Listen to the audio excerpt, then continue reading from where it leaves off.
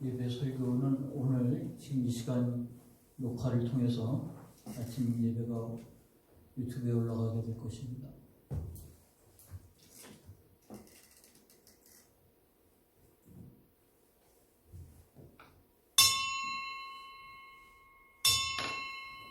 주의 임재 앞에 잠잠해 찬양함으로 사순절 다섯째 주일 예배를 하나님께 올려드립니다.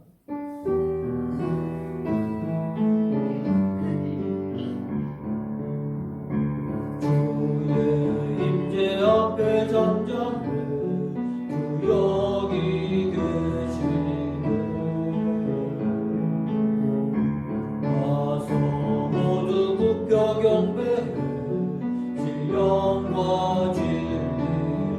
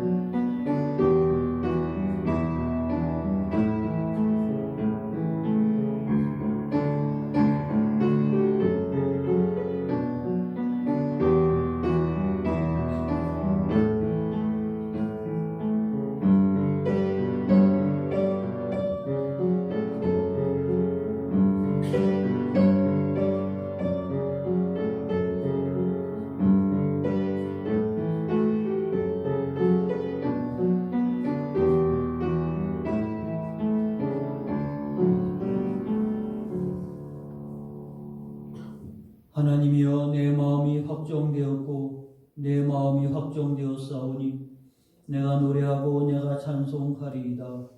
내 영광아 깰지어다. 비파야 수금아 깰지어다.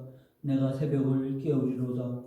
주여, 내가 만민 중에 주께 감사하오며 문나라 중에서 주를 찬송하리이다. 무릇 주의 인자는 커서 하늘에 미치고 주의 진리는 궁창에 이르나이다.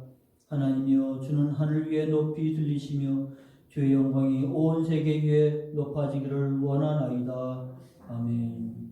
찬양과 영광을 받으시기에 합당하신 하나님, 어려운 중에도 저희를 예배자로 불러 이 자리에 그리고 영상으로 하나님 앞에 예배하오니 우리가 어느 곳에 있든지 하나님의 거룩한 임재와 그리고 하나님의 거룩한 영광과 하나님의 거룩한 능력을 체험하는 귀한 시간 되도록 역사해 주옵소서. 아버지 하나님 앞에 한 걸음 더 나아갈 수 있는 은혜 시간 되기를 소망하며 예수님의 이름으로 기원하옵나이다. 아멘. 다 자리에서 일어나셔서 찬양으로 영광 돌립니다. 31장입니다.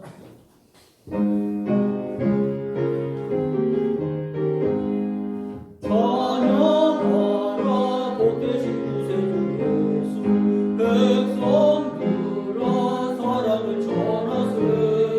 경배하라 하늘의 천군과 천사, 주님 앞에 영광을 돌리세.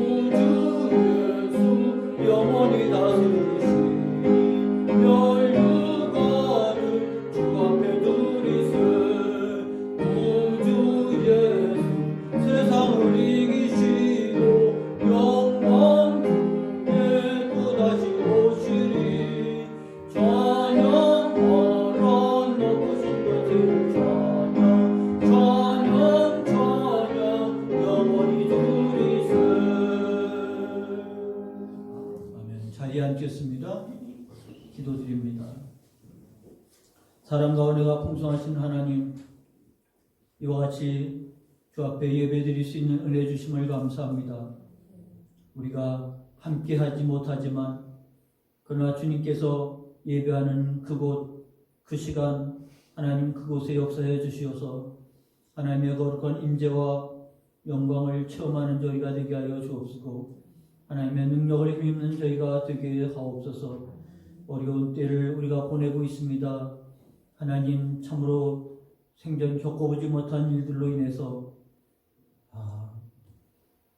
온 나라가 그리고 온 세계가 지금 확장 일로에 있는 코로나19로 인한 피해와 그리고 앞으로 있어질 일들을 생각하면서 아버지 우리가 염려와 근심에 빠질 수밖에 없습니다.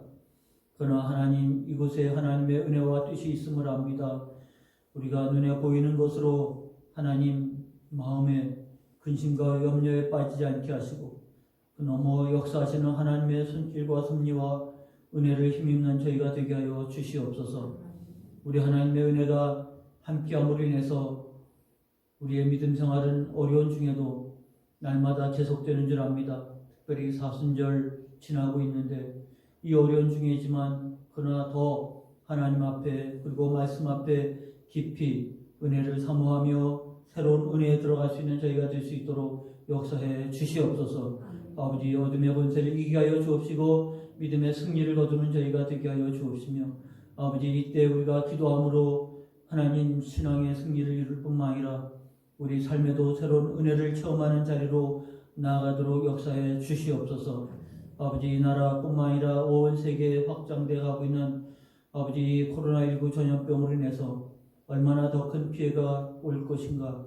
그리고 제2차, 3차 피해로 인해서 경제가 무너져가고 있고 세계의 모든 경제 성장이 오히려 후퇴해가는 이와 같은 때가 되어버림으로 인해서 많은 사람이 직장을 잃고 어려움을 빠지고 있는 상황 속에 이르게 되었습니다만 그러나 하나님 이것이 통해서 하나님이 원하시고 뜻하신 바를 이루게 하옵소서. 인간의 교만과 아버지 인간의 강박함들이 끼워지게 하시고 하나님 앞에 겸비한 자리에 나아갈 수 있게 역사해 주옵소서. 하나님 이 때를 위해서 수고하는 많은 일꾼들이 있습니다. 방역당국과 그리고 의료진들 그리고 여러 기관에서 또 이를 하기 위해서 힘쓰는 모든 일꾼들에게 은혜를 주시고 잘 감당할 수 있도록 강건함 주시고 보람되도록 효과 있는 방역이 될 수 있도록 역사해 주옵소서. 오늘도 말씀 가운데 인도하신 줄 아오니 하나님 예비하신 말씀이 선포되게 하시고 성령의 감동으로 깨우치고 믿음으로 응답하는 은혜 역사가 나타나게 하옵소서. 예수님의 이름으로 기도하옵나이다. 아멘.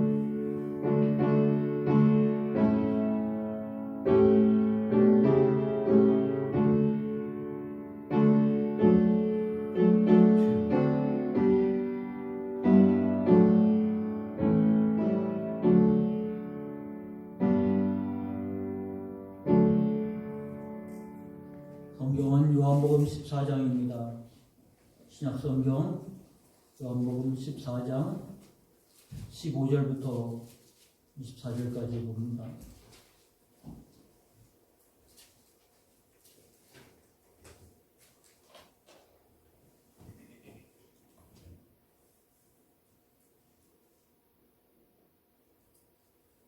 요한복음 14장 15절부터 24절까지 보겠습니다. 너희가 나를 사랑하면 나의 계명을 지키리라. 내가 아버지께 구하겠으니 그가 또 다른 보혜사를 너희에게 주사 영원토록 너희와 함께 있게 하리니 그는 진리의 영이라. 세상은 능히 그를 받지 못하나니 이는 그를 보지도 못하고 알지도 못함이라. 그러나 너희는 그를 아나니 그는 너희와 함께 거하시며 또 너희 속에 계시겠습니다. 내가 너희를 고아와 같이 버려두지 아니하고 너희에게로 오리라. 조금 있으면 세상은 다시 나를 보지 못할 것이로되 너희는 나를 보리니 이는 내가 살아있고 너희도 살아있겠습니다. 그날에는 내가 아버지 안에 너희가 내 안에 내가 너희 안에 있는 것을 너희가 알리라. 나의 계명을 지키는 자라야 나를 사랑하는 자니 나를 사랑하는 자는 내 아버지께 사랑을 받을 것이요 나도 그를 사랑하여 그에게 나를 나타내리라. 가룟 아닌 유다가 이르되 주여 어찌하여 자기를 우리에게는 나타내시고 세상에는 아니하려 하시나이까. 예수께서 대답하여 이르시되 사람이 나를 사랑하면 내 말을 지키리니 내 아버지께서 그를 사랑하실 것이요 우리가 그에게 가서 거처를 그와 함께 하리라.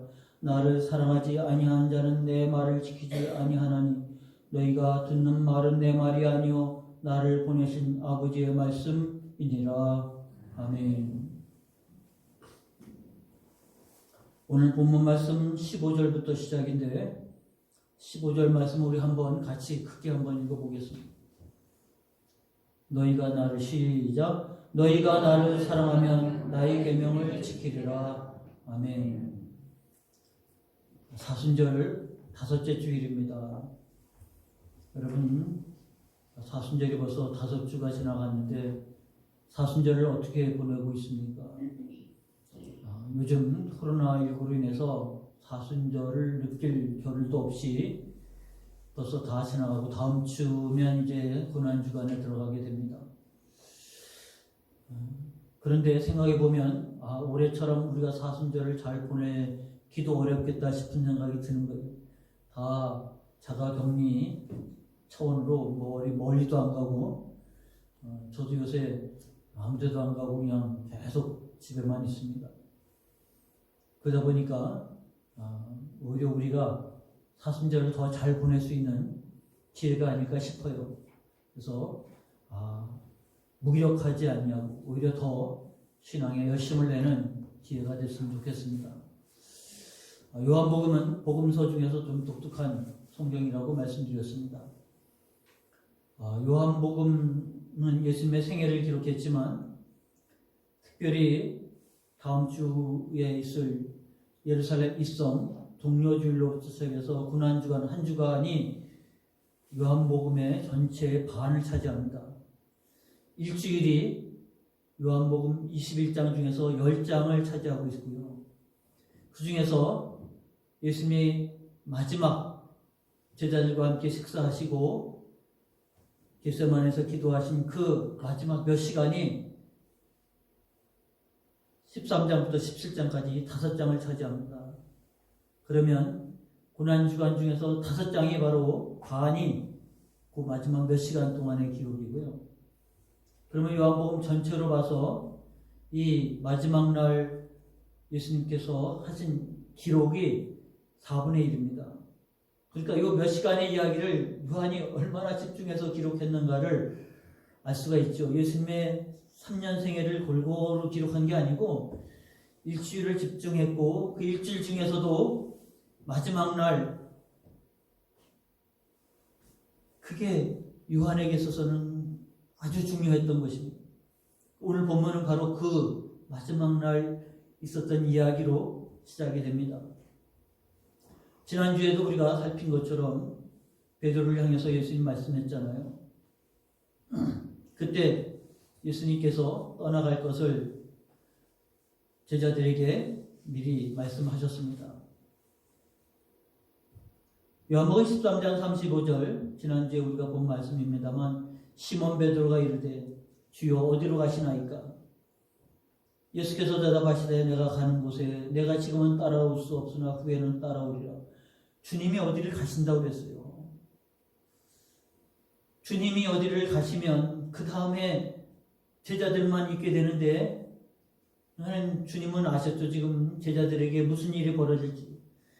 제자들은 인정하고 싶지도 않았고 믿고 싶지도 않았지만 예수님이 이전에 이미 말씀하신 게 이제 현실로 다가오는 마지막 순간이. 그러므로 예수님께서 그 제자들이 앞에 놓여있는 삶이 어떤 삶인가를 잘 아셨습니다. 제자들에게는 이제 고난의 시작이 되는 거예요.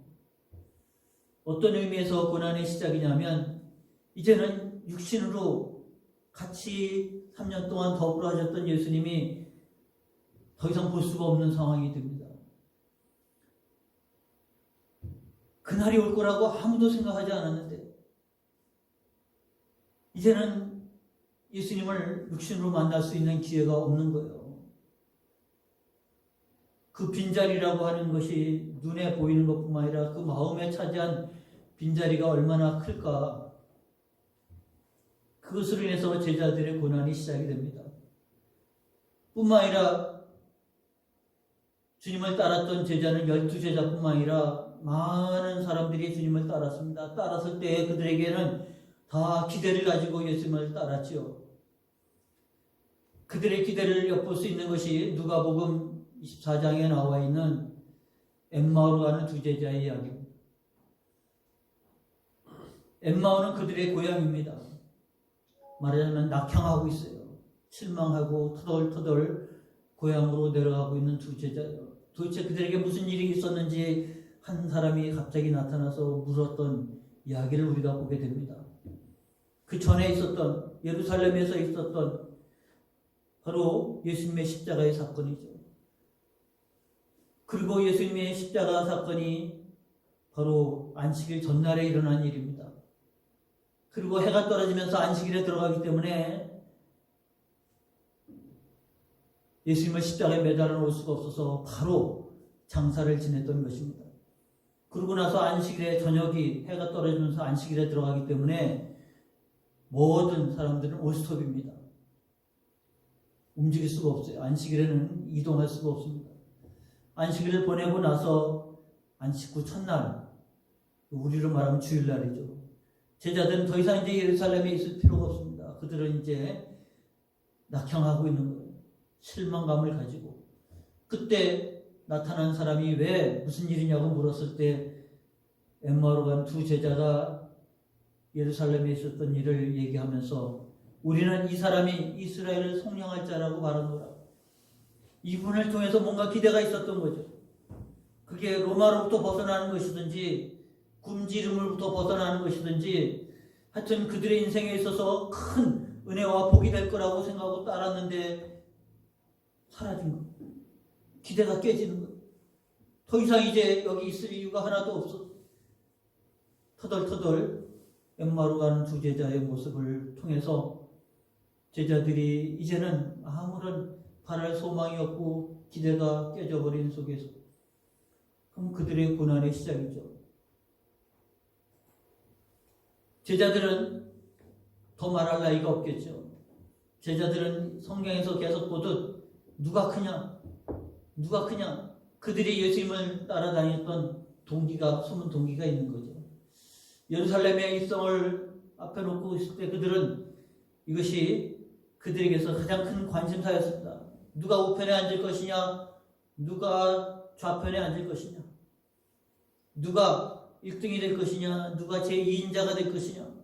그들은 이와 같은 싸움 속에 놓여 있었다는 것을 잘 압니다.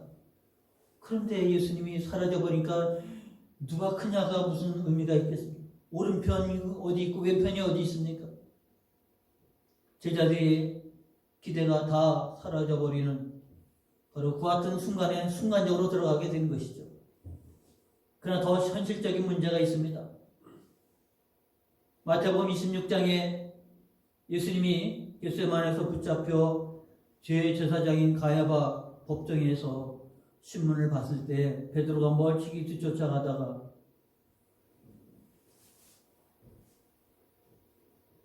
한밤중에 일어난 일이고 새벽에 되니까 추워서 베드로가 마당에 피우는 불가로 가서 불을 쬐는데 혼자가 아니죠. 쭉 둘러서 있었습니다. 근데 누군가 베드로를 알아본 거예요. 너도 진실로 그 도당이다. 내 말소리가 너를 표명한다. 베드로는 갈릴리 사람이고 여기는 지금 예루살렘입니다. 거리만큼이나 우리 생각하면 억양이든지 사투리가 있었던 것 같아요. 내 말소리가 네가 갈릴리 사람이라는 게 다 드러나고 있고 그리고 너도 예수님을 따라다니는 사람이라는 거 내가 다 안다. 근데 따라다니는 사람, 제자 이런 표현은 안 쓰고 도당이다. 이게 베드로를 하여금 위축하게 만들었어요. 갑자기 그가 저주하여 맹세하여 이르되 나는 그 사람을 알지 못하노라. 두려움에 빠진 베드로의 모습을 보게 됩니다. 그들의 고난은 예수님을 잃어버린 것뿐만 아니라 도당이 되어버린 것. 십자가에 예수님이 달렸고 그를 따르던 무리들도 곧 그렇게 될 수 있는 여지도 있는, 그래서 현실은 그들에게 있어서 고난의 길에 들어섰다고 말할 수 있습니다. 말씀한 것처럼 더 이상 육신으로는 예수님을 만났어. 그들의 기대가 다 깨져버린 데다가 이제는 유업이 그들에게 놓여져 있는 거죠. 도망가지 않을 수 없는 상황이, 그런 분위기가 예루살렘에 팽배해 있었던 것입니다. 그때는 어떻게 살아야 되나? 아마 지금 우리보다 더 자가격리를 해야 될 상황이 아닐까 싶어요. 나돌아다닐 수가 없는 거죠. 다 알아보는데 어떻게 살아야 될 일인가 앞이 캄캄할 수 있는 상황이에요. 예수님도 그 밤이 지나면 당신은 십자가에 달릴 것이지만 그 제자들은 어떠한 고난의 삶을 살아야 할 것인가를 아셨어요. 그래서 14장에 넘어오면서, 오늘 본문으로 넘어오면서 예수님은 제자들이 위에서 위로하십니다. 이게 14장의 내용이에요. 예수님의 위로가 첫 번째는 14장 1절입니다. 화면을 보시죠. 같이 읽어봅니다. 정신 좀 차리세요. 같이 읽습니다. 시작. 너희는 마음에 근심하지 말라. 하나님을 믿으니 또 나를 믿으라. 지금 그 제자들이 어떤 고난에 살지 예수님 아셨기 때문에 그들을 향해서 위로하십니다. 걱정하지 말고, 근심하지 말고, 두려워하지 말고 나를 믿으라. 위로가 될 수 있잖아요. 두 번째는 13절 14절에 말합니다. 내 이름으로 무엇인지 내게 구하면 내가 행하리라. 이 위기를 살아야 할 제자들에게 너희가 지금부터는 내 이름으로 무엇인지 내게 구하면 내가 행하리라. 기도를 가르쳐 주셨죠. 이전에 예수님 없이, 예수님을 모르고 예수 이름으로가 아닌 기도를 드린 거하고 차원이 달라졌습니다. 내 이름으로, 예수 이름으로 기도함으로 인해서 예수님이 우리를 위해서 또 같이 중보기도 할 것이기 때문에 약속이 내가 행하리라 했으니까 이 고난을 이겨야 할 제자들에게 나를 믿고 신뢰하고 근심하지 말고 내 이름으로 기도해라. 이 고난 속에서 살아야 할 제자들에게 주께서 위로의 말씀을 주신 거죠. 세 가지를 주셨는데 지금 두 가지를 여러분이 살피신 겁니다. 오늘 본문은 세 번째입니다. 나의 계명을 지켜라. 오늘 여러분이 읽은 것처럼 따라서 한번 해보시기 바랍니다. 너희가 나를 사랑하면 나의 계명을 지키라. 가만히 생각해보면 이거는 위로가 아닌 것 같아요. 명령인 것 같아요. 아니 지금 고난에 살아야 할 제자들 주님은 아시고 그들을 위로하시며, 그래서 두 가지 위로는 위로가 됐는데 세 번째는 위로가 안 되고 무슨 명령을 하셨어요. 나의 계명을 지켜라. 이 계명을 지키는 것에 대한 말씀을 우리가 잠깐 살펴야 될 것 같습니다. 이것을 이해하기 위해서 우리는 예레미야 35장, 지금 새벽 예배 본문이 예레미야고 예레미야 35장은 어제 아침 본문입니다. 우리가 이 본문을 읽으면서 말씀을 나누면서 은혜를 받았는데 1절에 이렇게 나옵니다. 유다의 요시야 왕의 아들 여호와김 때, 그 얘기는 마지막 멸망 직전입니다. 바벨론의 1차 침공, 2차 침공하고 이제 3차 침공, 그 사이에 놓여 있는 거예요. 2차와 3차 사이에 놓여 있는 겁니다. 우리가 아는 것처럼 예레미야를 통해서 예언할 때 3차는 이제 멸망이야, 끝나는 거예요. 근데 하나님께서 예레미야에게 명령하신 거예요.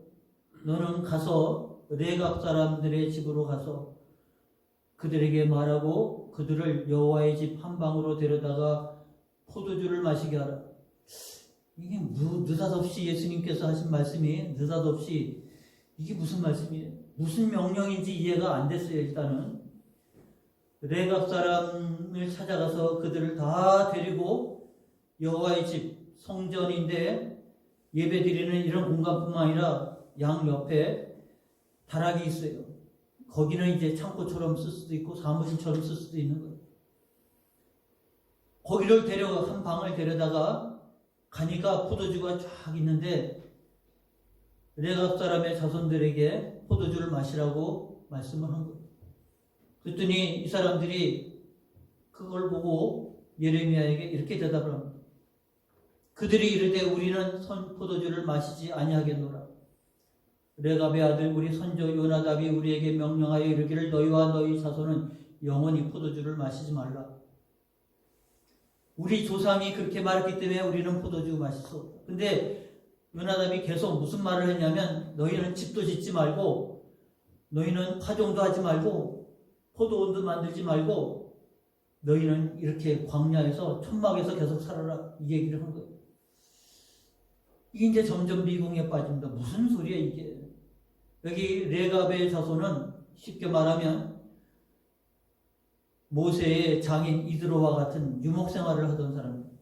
모세가 애굽에서 사람을 죽이고 도망했을 때 시내산 근처에서 광야에서 먹고 살 방법이 없었는데 이드로를 만나지 않았습니까? 그리고 그 딸 십보라와 더불어 결혼하면서 40년을 광야 생활을 하지 않습니까? 그리고 80에 하나님의 부르심에 이스라엘 백성들을 애굽에서 출애굽을 시킵니다. 출애굽을 하는 과정에서 장인과 그리고 가족을 다시 만나게 되죠. 그때 모세가 그들에게 우리가 가나안 땅에 가는데 동행하자고 요청을 했어요. 왜냐하면 이스라엘 백성들은 유목 생활을 했지만 광야 생활은 안 했어요. 고센 땅이라고 하는 곳은 푸른 초장에 있는 곳입니다. 언제나 푸른 초장에 있는 곳입니다. 그러나 지금 그들이 들어선 출애굽한 이후의 삶은 광야입니다. 그들의 광야 생활은 익숙지 않아요. 그러므로 바로 여기 레갑의 자손들은 광야 생활에 익숙한 자들입니다. 모세의 장인이고 모세는 자기 식구들이 다 거기 같이 있으니까 동행해 달라고 했어요. 40년 같이 동행했고 다 같이 약속의 땅에 들어갔어요. 그때 요나답이 자기 후손들에게 너희는 이 사람들처럼 들어가서 농사 짓지 말아라. 집 짓고 살지 말아라. 계속 유목생활을 하라. 왜? 우리는 유목민이었기 때문에 계속 유목민의 삶을 살아야 된다. 황새가 뱁새가 황새 쫓아가면 안 된다. 송충이는 솔잎을 먹을 수 없다. 이런 말을 한 게 아니에요. 요나답이 말할 때 눈에 보인 거예요. 그것은 여호수아가 모세의 뒤를 이어서 그들을 가나안 땅에 데리고 난 다음에 여호수아가 본 거예요. 이 사람들이 가나안에 들어와서 농사를 짓는 순간 여호와를 버리게 될 것이다. 왜냐하면 농사 시절 그리고 때에 따라서 농사의 신 우상과 접촉을 하게 될 것이고 그들은 우상 숭배에 빠지게 될 거라고 하는 것을 여호수아는 알았거든요. 그래서 오늘날 나와 우리 집은 여호와만을 섬기겠노라. 너희는 섬길 자를 택하라. 여호수아가 알고 하신 말씀입니다. 그런데 레갑의 아들 요나답도 그게 눈에 보인 거예요. 너희는 가나안에 들어갔지만 농사짓고 살지 말아라. 여전히 광야에서 살아라. 그것은 편안한 삶을 버린 겁니다. 젖과 꿀이 흐르는 땅이 아니라 그들은 여전히 광야에서 사는 삶을 선택했습니다. 삶의 동기가 뭡니까? 신앙이에요. 그래서 이 사람들이 지금 왜 예루살렘에 들어왔냐면 바벨론 왕 느부갓네살이 계속 1차, 2차 침공했고 이제 마지막 침공을 앞에 놓고 있으니까 광야에 위험하니까 지금 스스로 예루살렘 성 안으로 들어온 거거든요. 그때 이제 하나님이 예레미야에게 이 말씀하시는데 데려다가 포도주를 테스트해 본 거예요. 그들이 우리는 포도주 안 마시겠다. 우리 조상이 이미 말한 대로 조상의 말에 그렇게 순종한 거예요. 그래서 하나님이 그들의 통해서 말씀하고자 하는 것은 예루살렘 사람들에게 하시려고 하는 말이 있었기 때문에 그래요. 그래서 예레미야 35장 14절에 이렇게 말합니다. 레갑의 아들 요나답이 그의 자손에게 포도주를 마시지 말라 한 그 명령은 실행되도다. 그들은 그 선조의 명령에 순종하여 오늘까지도 마시지 아니하고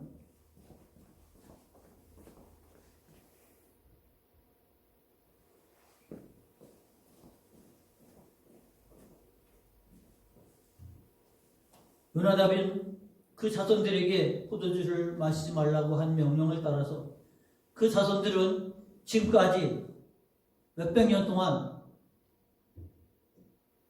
포도주를 마시지 아니했는데 그들은 그 선조의 명령을 순종하여 오늘까지 마시지 아니하였거든요. 그런데 내가 너희에게 말하고 끊임없이 말하여도 너희는 내게 순종하지 아니하도다. 선조의 말도 이렇게 열심히 듣는데 어떻게 하나님의 말씀을 너희는 이렇게 무시하고 하나님을 멀리하고 거역하는가? 이 레갑 사람들의 이야기 그리고 그들을 포도주를 마시라고 테스트한 이유는 메시지예요. 예루살렘 사람들에게 너희는 도대체 어떻게 살았는가? 이들을 봐라. 그러므로 그들이 포도주를 마시지 말고 집을 짓지 말고 포도원을 만들지 말라고 하는 것은 신앙의 동기 때문에. 그래서 바벨론에 의해서 느부갓네살에 의해서 그 땅에 폐허가 될 거지만 레갑의 자손은 내 앞에 있을 것이다. 하나님이 그렇게 약속하셨어요. 그들의 순종을 하나님이 기억하시고 약속하신 거예요. 이 35장 끄트머리에 레갑의 자손들을 하나님께서 기억하십니다. 그래서 이 앞에 하나님은 예레미야 31장 31절을 통해서 말씀합니다. 여러분, 새 언약을 맺으리라. 그러면 옛 언약이 있지 않습니까? 옛 언약이 뭡니까? 모세와 더불어 출애굽을 해서 시내산에서 하나님이 언약을 맺었습니다. 언약의 내용이 뭡니까? 오늘 예레미야 31장 32절에 나와 있는 것처럼 이 언약은 내가 그들의 조상들의 손을 잡고 애굽 땅에서 인도하여 내던 날에 맺은 것과 같지 아니할 것은 내가 그들의 남편이 되어서도 그들이 내 언약을 깨뜨렸습니다. 여호와의 말씀입니다. 그러므로 그날 이후에 내가 이스라엘 집과 맺은 언약은 이러하니 곧 내가 나의 법을 그들의 속에 두며 그들의 마음에 기록할 것이라. 나는 그들의 하나님이 되고 그들은 내 백성이 될 것이라. 시내산 언약은 바로 이거예요. 나는 그들의 하나님 되고 그들은 내 백성이 되리라. 선민이 된 것. 그리고 그 하나님의 언약을 기록한 게 돌에다가 십계명을 새긴 거예요. 그런데 그 언약을 그들이 깨뜨렸어요.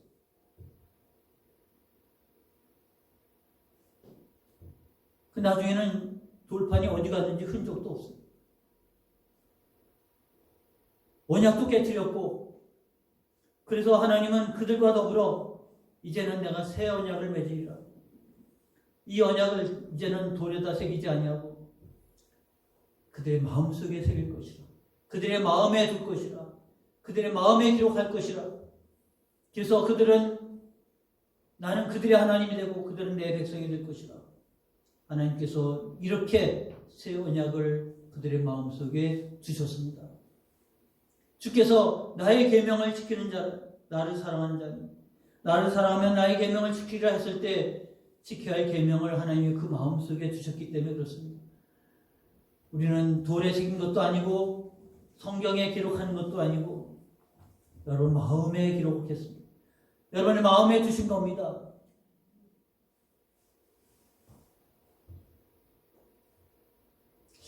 글쎄 그 얘기는 이해가 되는데 그게 고난 속에 살아야 할 백성들에게 주는 위로라는 것은 아직 이해가 안 되죠. 이어지는 말씀을 우리가 좀 더 살펴야 합니다.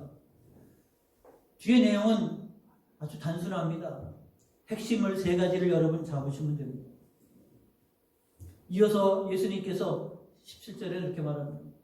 내가 아버지께 구하겠으니 예수님이 고난 속에 살아야 할 제자들 위해서 하나님께 기도하겠다는 얘기입니다. 기도의 내용이 뭐냐면 그가 또 다른 보혜사를 너희에게 주사 영원토록 너희와 함께 있게 하리니 그는 진리의 영이라. 다시 한번 반복합니다. 그는 진리의 영이라. 세상은 능히 그를 받지 못하나니 이는 그를 보지도 못하고 알지도 못합니다. 세상이 알 수 없는 영이에요. 존재도 모르는 것. 그러나 너희는 그를 아나니 그는 너희와 함께 거하시며 또 너희 속에 계시겠습니다.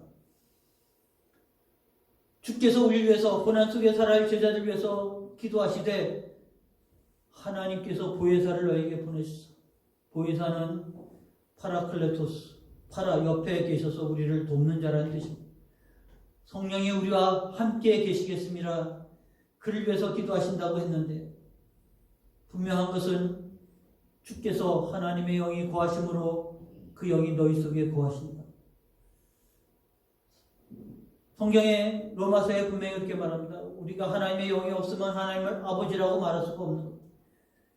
우리에게 영이 없으면 우리가 하나님의 자녀된 것을 어떻게 알 수 있습니까? 그러므로 하나님을 아버지라고 내가 그 자녀됨을 확인했을 때에는 하나님의 영이 여러분에게 거하셨습니다. 거하신 줄로 믿으시길 바랍니다. 내가 하나님의 영이 거하셨기 때문에 하나님께서 우리에게 하나님의 영이 우리에게 거하셨다고 하는 이 사실을 우리가 마음으로 믿어 의에 이르고 입으로 신하여 구원에 이르는 말씀을 통해서 확인할 수가 있게 되는 겁니다. 두 번째는 예수님 자신이 이제는 내가 너희를 떠나지만 내가 너희를 고아와 같이 버려두지 아니하고 너희에게로 오리라. 그날에는 내가 아버지 안에 너희가 내 안에 내가 너희 안에 있는 것을 너희가 알리라. 내가 너희 안에 있는 것을 너희가 알리라. 예수님께서 내가 너희 안에 그래서 요한계시록 3장 20절에 볼지어다 내가 문 밖에 서서 두드리는 누구든지 내 음성을 듣고 문을 열면 나는 그에게로 들어가 그로 더불어 먹고 그는 나로 더불어 먹으리라. 분명히 문을 열면 들어와 함께 거주하시겠다고 말씀했습니다. 그리고 세 번째는 가룟 유다와 이름은 똑같지만 다른 유다가 예수님에게 질문을 했습니다. 그 질문에 대답을 할 때 사람이 나를 사랑하면 내 말을 지키리니 내 아버지께서 그를 사랑하실 것이요 우리가 그에게 가서 거처를 함께하리라. 거처를 함께하리라. 그 말이 무엇입니까? 그 속에 함께 거하신다는 말입니다. 여기서 우리라고 하는 것은 예수님께서 나와 아버지를 말하는 거니까. 그러므로 오늘 말씀은 성자와 그리고 성부와 성령께서 그에게 가서 거처를 함께 하시라. 내가 너희 안에 있는 것을 너희 속에 계시겠습니다. 그러므로 주께서 주시는 위로는 너희가 고아처럼 혼자 있는 것이 아니라 하나님이 예수님이 성령님이 너희 안에 거하신다는 것입니다. 그래서 성부, 성자, 성령이 우리 안에 거하시는데 이게 세 하나님이 우리에게 들어온다는 것이 아니죠. 성부, 성자, 성령이지만 삼위일체가 되시는 한 분 하나님이고 한 분 하나님이 역할을 성부, 성자, 성령을 하신 게 아니고 독립된 인격이 성부와 성자와 성령이 우리가 쉽게 이해할 수는 없지만 성령으로 말미암아 우리는 이것이 깨닫게 되는 거예요. 분명한 것은 주께서 우리에게 약속하시기를 성부와 성자와 성령이 우리 안에 내주하시는 거예요. 어떻게 하면 내주하가 이루어질 수 있습니까? 조건이 분명히 있어요.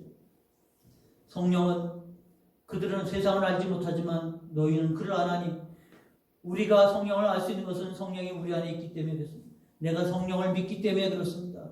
내가 성령을 구주로 영접했기 때문에 내가 예수를 영접할 때 성령이 내 속에서 예수가 그리스도임을 하나님의 아버지임을 알게 하신 거예요.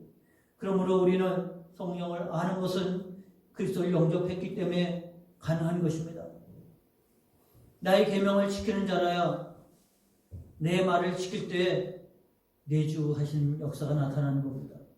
그러므로 여러분 이 말씀을 다시 한번 새겨보면 고난 속에서 살아가는 법을 예수님께서는 세 가지를 가르쳐 주실 때 두려워하지 말고 믿으라. 내 이름으로 기도하라. 세 번째가 내 계명을 지키랍니다. 왜냐하면 내 계명을 지킬 때 비로소 내주하시는 역사가 일어납니다. 내 속에서 내가 계명을 지킨다고 하는 것은 규칙이 아니고 율법이 아니고 그거는 하나님께서 새 언약을 내 마음속에 두신 거예요. 새기신 거예요. 기록하신 거예요. 그래서 내게 하나님이 나의 아버지가 되고 내가 하나님의 자녀가 된다고 하는 기록이 바로 새 언약입니다. 그러므로 그 언약에 따라서 내가 하나님을 아버지라고 고백하고 내가 하나님의 자녀로 살아갈 때 그 속에서 내주하는 역사가 나타나는. 그러면 아무리 고난이 힘들고 어려워도 성부, 성자, 성령께서 나와 함께 하셔서 더불어 살아간다고 하면 그와 같은 일들이 넉넉하게 이겨갈 수 있지 않겠습니까? 여러분 오셔서 아직 날마다 말씀과 함께 제가 한 메일을 여기다 기록했는데 아직 읽어보시지 못한 분도 계실 것입니다. 지금 이탈리아가 지금 가장 심각한 코로나19로 인해서 심각한 상황이 있고, 이 문자를 보낸 사람은 줄리안 어반이라고 하는, 여기 본문에 나옵니다. 38살 된 의사입니다.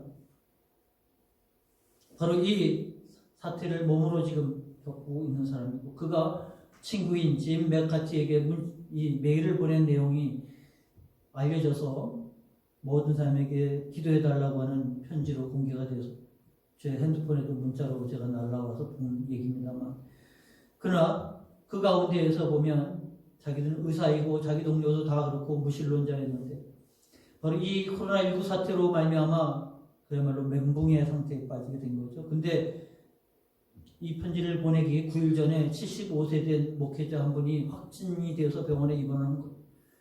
근데 그분이 자기도 병을 앓고 있는데 거기에 멈추지 않고, 그는 성경을 가지고 죽어가는 환자들을 위해서 말씀을 전해주고, 그리고 그들을 위로해주고 소망을 갖게 하는 거예요. 아까 제자들이 고난에 들어간 것은 그들의 기대가 다 깨졌는데, 지금이야말로 이 환자들은 기대가 다 깨지고 죽을 줄 모르는 마지막 중증 환자들을 향해서 기대를 갖게 하는 거, 소망을 갖게 하는 거 아니겠습니까? 그리고 육신으로 떠나 있지만 그 영혼으로 주님을 만나는 그런 은혜의 자리로 그들을 초청을 하는 겁니다. 그래서 많은 사람들에게 이 말씀을 하고 있고, 반대로 자기들은 더 이상 뭘 어떻게 할 수 없는 의사지만 아무것도 할 수 없는 그런 상황에 빠지게 됐는데, 자기들과 다르게 그렇게 활동하는 75세 된 목사님을 바라보면서 저 사람은 어떤 사람인가? 근데 결국 그분은 돌아가셨고, 자기도 6일 동안 집에도 못 가고 이 상황에서 빠져 있지만, 그러나 이전과 다르게 비록 나는 고통받는 사람들과 나의 동료들의 죽음에 둘러싸여 있지만 내가 하나님께로 돌아왔다는 사실에 행복합니다 하고 문자를 마쳤어요. 그 마지막 순간 죽음의 공포에 있을 때, 다 의사라 할지라도 자기도 죽음의 공포에 사로잡혀 있을 때 고난 속에서 살아가는 법을 아는 사람은 계명을 지키는 거죠. 그 계명이, 그의 마음속에 있는 계명은 이겁니다. 새 계명을 너희에게 주노니 서로 사랑하라. 이것은 주께서 내가 너희를 사랑한 것 같이, 사랑은 우리가 의무로 규칙으로 사랑하는 것이 아니라 우리가 하나님의 사랑을 받았기 때문에 이 복음을, 이 은혜를 잃어버리지 않고 살아간다고 하면 우리가 계명을 지킬 수가 있는, 사랑하는 것. 이 75세 된 목회자, 그분은 마지막 죽어가면서 이 계명을 지키고 사는 거죠. 사랑한 거죠. 근데 그에게 죽음의 공포가 없었겠습니까? 자기도 그 아픔에, 그리고 그 상처가, 그 고통이 없겠습니까? 그럼에도 불구하고 그런 삶을 살아갈 때 내주함을 하는 것, 성부와 성자와 성령께서 함께 하신다고 했을 때 세상에 할 수가 없는 거예요. 그 능력이 하늘로부터 온다고 하는 것을 어떻게 알겠습니까? 그런데 그 계명을 지키고 그 계명대로 은혜를 알아서 은혜대로 순종하고 나아갈 때 하나님이 함께 하시는 것, 말로 우리가 늘 하는 것처럼 하나님이 함께 한다는 것을 그 순간에, 그래서 이 의사는 아직 그 세계에 들어가지 못하기 때문에 그 사람이 어떤 심정으로 어떤 모습으로 하는지 이해는 못했겠죠. 제3자 입장을 객관적으로 기록을 했지만 이제는 내가 믿는 자가 됐다는 사실에 행복해 했지만, 그러나 우리는 본문 말씀을 통해서 바로 이 사람이 했던 일들이 바로 계명을 지키는 거예요. 그리고 그 계명을 지킬 때 우리가 그와 함께 거처를 함께 하리라, 우리가 그 속에서 그와 함께 하리라고 하신 이 말씀이 그에게 이루어진 거예요. 그거를 아는 사람들은 아무도 없는 거예요. 세상에 모르죠. 그러나 그는 그것을 경험한 거예요. 세상은 모릅니다. 그러나 여러분들이 하나님의 자녀라고 하면 교회 안에 있는 자들도 아는 사람만이 아는 거죠. 경험한 사람이 아는 겁니다. 그런 사람이 순종하는 자예요. 순종할 때 이와 같이 내주하시는 은혜가 있기 때문에 그 앞에 두려움이 그리고 공포가 그리고 고난이 있다 할지라도 이 은혜가 있으니까 넉넉히 이기는 것, 두려움 없이 이와 같은 은혜의 삶을 사랑하는 삶을 살아갈 수 있게 된다고 하는 사실을 기억하시면서 아 그렇구나 주께서 우리에게 너희가 나를 사랑하면 나의 계명을 지키리라가 이게 왜 위로가 되는지를 아는 거죠. 그래 때 하나님이 내주하심이 있기 때문에 그렇습니다. 임마누엘의 은혜가 있기 때문에 그렇습니다. 동행하는 은혜가 있기 때문에 그렇습니다. 그러므로 고난 속에서 여러분이 불평하고 원망하고 몸부림치고 실망하고 낙심할 것이 아니라 우리가 할 수 있는 일은 하나님께서 계명을 내 안에 두셨기 때문에 새 언약을 따라서 우리가 주의 말씀을 쫓아 살아갈 때 그 우리가 그렇게 살아갈 때 은혜가 바로 내 속에 들어와 내주하시는 거예요. 나는 감당할 수 없습니다. 어떻게 하나님이 내 안에 들어오십니까? 나는 감당할 수 없습니다. 어떻게 내 주 예수 그리스도가 내 안에 계십니까? 근데 우리와 함께 하시는 거예요.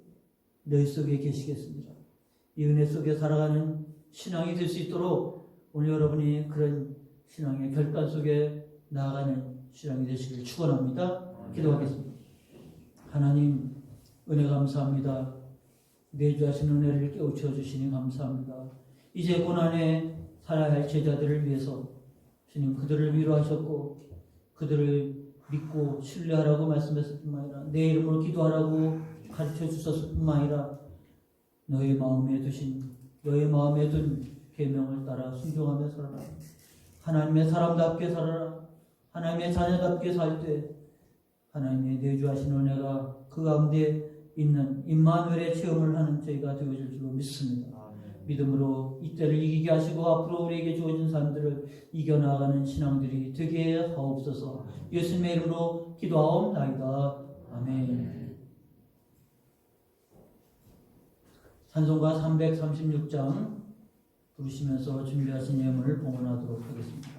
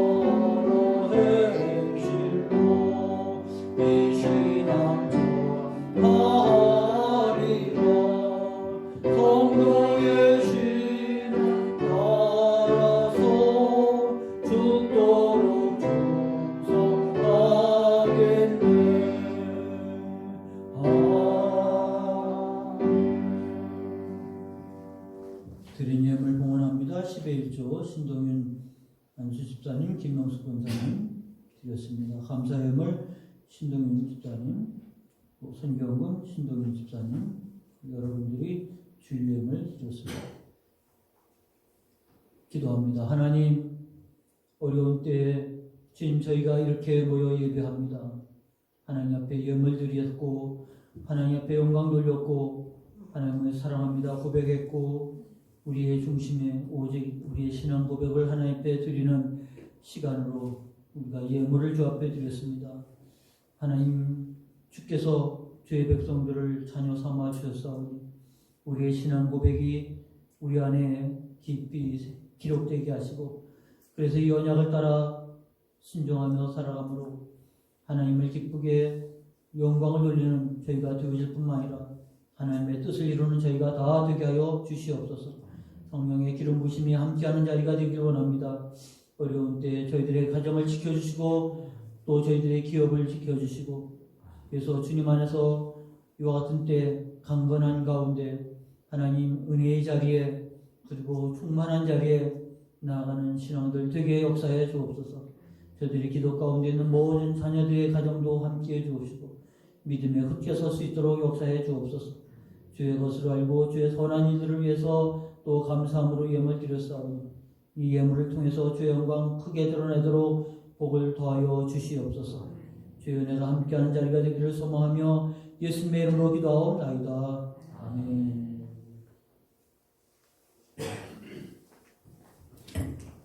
광고 말씀 드립니다. 지금 상황이 5째 주 동안 계속 이렇게 예배를 드리게 되는데 앞으로 얼마나 더 진행될지 모릅니다. 그러나 우리가 이때 핑계대지 않냐고 신앙의 더 성숙의 자리로 나아가는 기회가 되시기 바라고요. 오늘 예배 못 오신 분들 있으면 주보를 갖다 나눠드리시고 유튜브를 통해서 주일 아침 예배 꼭 보시도록. 그래서 지금 유튜브에 올리는 것은 주일 아침 예배와 수요 예배. 주일 아침 예배는 예배 시간 전체, 수요일은 설교만 올립니다. 참고하시고 신앙생활 하는 데 있어서 도움을 받으시기를 바랍니다. 다른 광고 없으시면 다음 주 주보에 자리에서 일어나셔서 송영 2장 부르고 축도로 예배를 마치도록 하겠습니다.